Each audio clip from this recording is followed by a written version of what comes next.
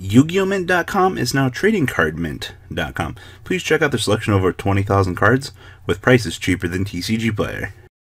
Alright, this is a preview deck profile for the Answer of Truth, and this is Gyze Gear Chronicle, sporting off probably some of the dumbest stuff that you can do. So, the thing that you want to do with this deck is, well, you want to go Gyze, you want to use his ability, but there's a unique way of doing it in this deck. So, you want to do this on top of this guy, because if you have X requirements for his ability on ride, you will gain an extra turn, which, I mean, he will count the Zeros that are bound. So if you do this and you ultimate stride this on top of this, your opponent doesn't get a chance to counterattack you.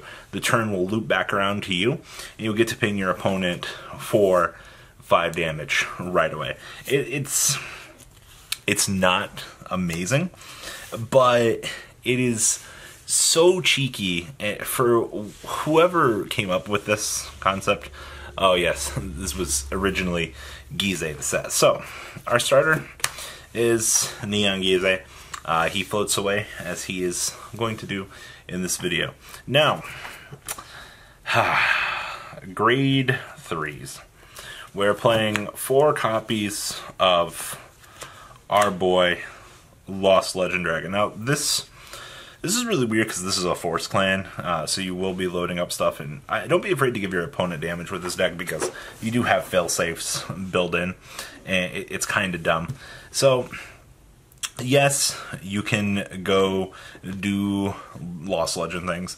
On ride, get a Force marker. You can discard a 3 from your hand, bring out a 4 from your deck on top of him. But yes, this is one of the key things that you're going to need. You can go down stride windows with this deck. You got a lot of things that you can do. But yes, this is going to be the main compartment of it. And then we play one of this guy. Just as another 13k base. You can cut this if you really so want. But the original build was playing additional copies of this, and I like that. I also want to give a shout out to our friends at TradingCardMint.com. Down below in the description, you're going to find a link to them. Enter MCO40 on checkout. You're going to save a little bit of money. You guys might remember Trading Card Mint formerly being YugiOhMint.com as well. And if you guys like the playmat you're seeing in this video as well, it's from our friends at Zero Damage Playmats. Link will be down below as well for them.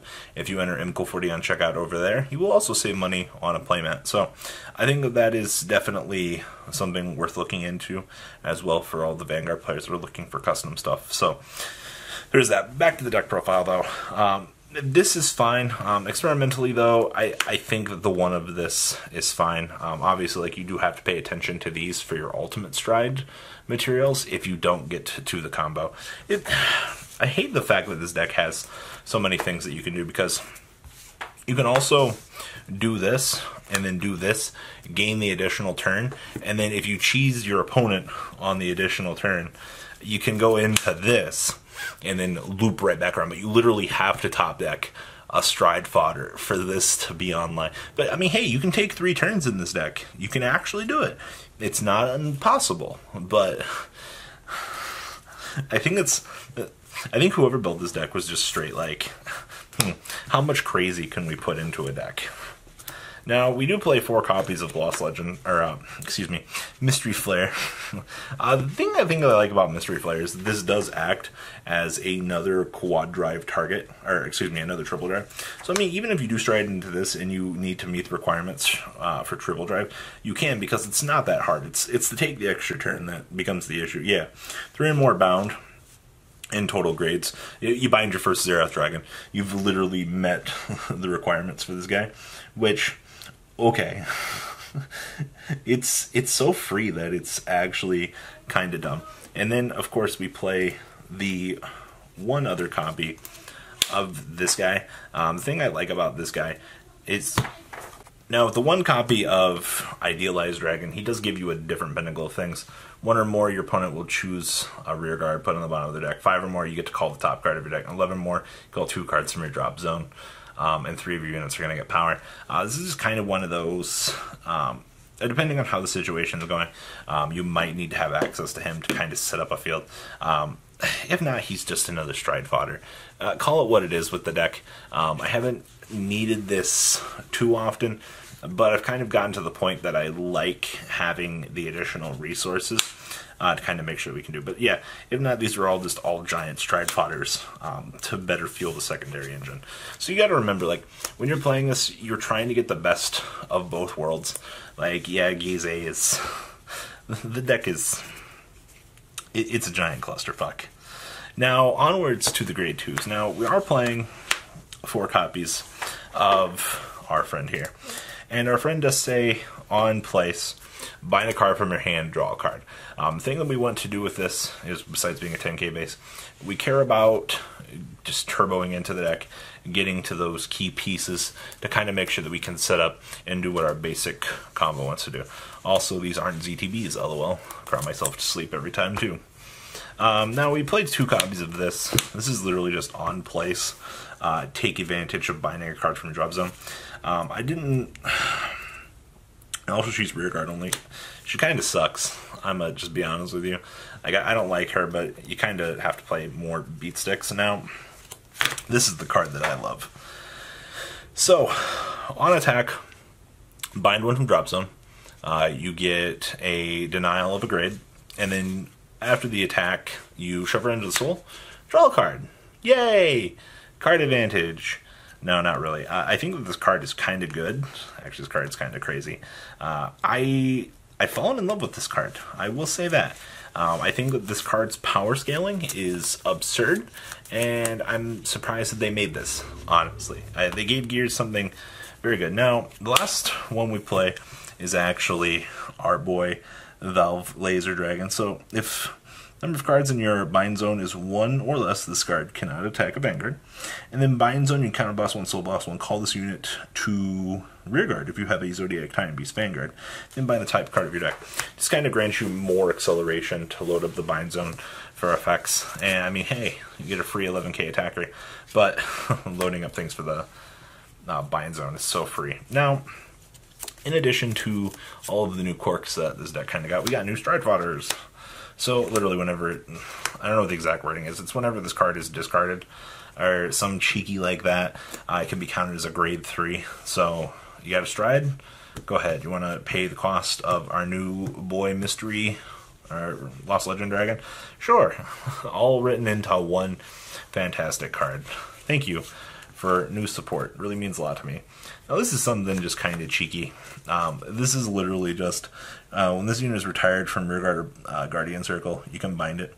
And you can counter boss 1, put a card into your drop zone, and then bind 2 cards on the top of your deck face up. Choose 2 of your units, and they will get 3k power each.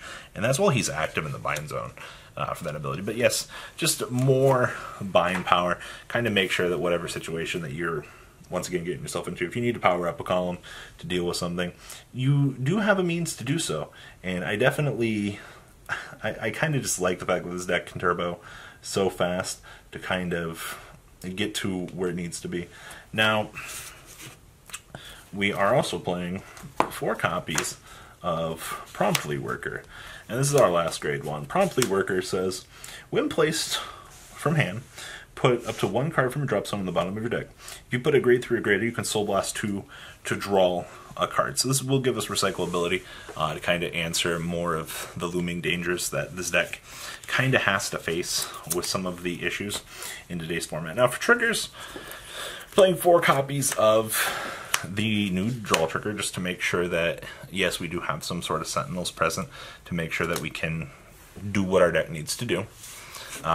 Heals, we're playing 2 and 2. I do like bigger heals, but I also like potential countercharging or other things as well, so that's why we're doing a 2-2 split. Also, more ZTBs for the G Guardians. Very important at times as well. And then, triggers are really weird. We're on 2 of the new large crits, and then we have 2 of each of the ZTB crits. Now, I thought about playing draws, but like this deck does go, and when it goes, blech.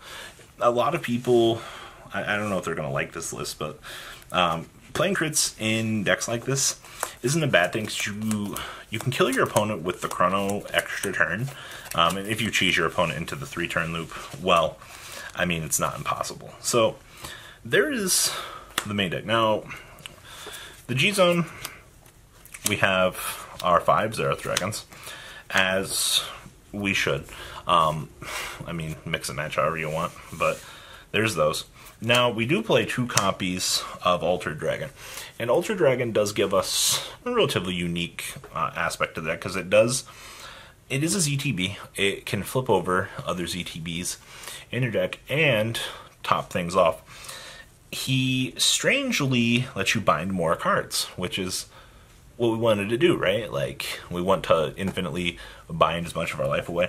So ZTB speeds up Heritage if need be. Now, you can adjust these other ZTBs however you want, but we have flip targets, or you can have him flip himself if you need to go into this. The reason why we have the other odd name ZTBs is because in case you need to go into this guy, feel free to go this on top of our Mr. 15k base grade 4. But yeah, do understand that you can start making 30k gear next if need be. 1 copy of Mystery Freeze. This is just another ZTB cheese, just in case. 1 copy of our boy Heritage. Once again, Gyze, Mystery Flare, extra turn, and God, you have so many win conditions in this deck. It's kind of just, how many things can you shove underneath one roof and make it go? And G Guardians, 1 Uluru, 1 copy of Rafana. This isn't so good, but I mean, it's 25k, the G Guardian. And then 1 copy of Time Maiden Uluru, and then 2 copies of Lishu, in case you get to the heals anyway, so that you can go ahead and start taking the Heritage turn. No reason not to. So, but this is Gyze Gear Chronicle. Such a cancer shit show. So please check out our friends at tradingcardmint.com down below in the description. Also enter MCO40 on checkout. Same thing with 0 damage playmats. Enter MCO40, save a little bit of money. Alright guys, that's all I got for this deck profile. Peace out, guys. That's not all, card fighters. Please subscribe for more Cardfight Vanguard content. Please remember to check out MCO40 for Yu-Gi-Oh videos, and please check out MCOgames.com, my store, along with No Limit Gaming, NLGTCG.com for all of your guys' trading card game needs as well. Until next time, guys, remember to hit that subscribe button. Later.